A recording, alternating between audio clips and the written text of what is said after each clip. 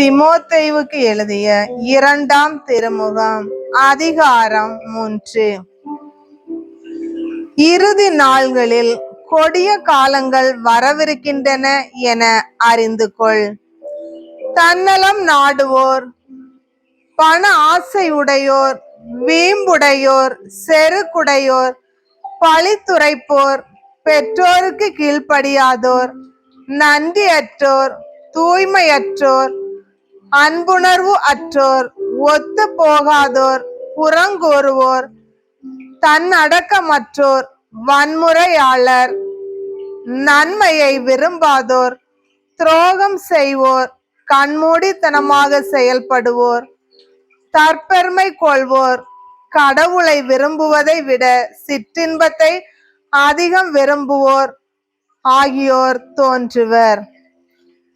இவர்கள் இறைப்பற்று உடையவர்கள் போன்று காணப்படுவார்கள். ஆனால் இறைப்பற்றின் வல்லமையோ அவர்களிடம் இராது. இத்தகையவர்களோடு சேராதே. இத்தகையோரில் சிலர் வீடுகளில் நுழைந்து பேதை பெண்களை தம்வயப்படுத்திக் கொள்கின்றனர். இப்பெண்கள் பல்வேறு தீய நாட்டங்களால் கவரப்பட்டு பாவங்களில் மூழ்கியுள்ளனர். இவர்கள் ஓயாமல் கற்றுக்கொண்டே இருந்தாலும் ஒருபோதும் உண்மையை அறிந்து கொள்ள மாட்டார்கள்.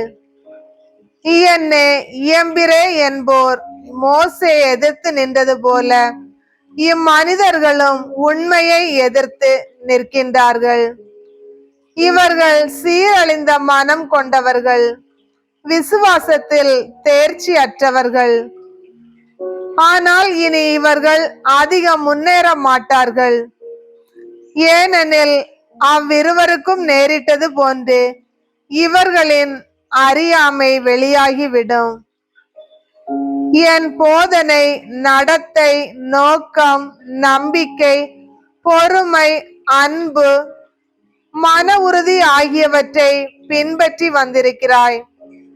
அந்தியோக்கியாவிலும் இக்கோனியாவிலும் லிஸ்திராவிலும் எனக்கு நேரிட்ட இன்னல்களும் துன்பங்களும் உனக்கு தெரியும். இத்தகைய இன்னல்களை பொறுத்து கொண்டேன். இவை அனைத்திலிருந்தும் ஆண்டவர் என்னை விடுவித்தார்.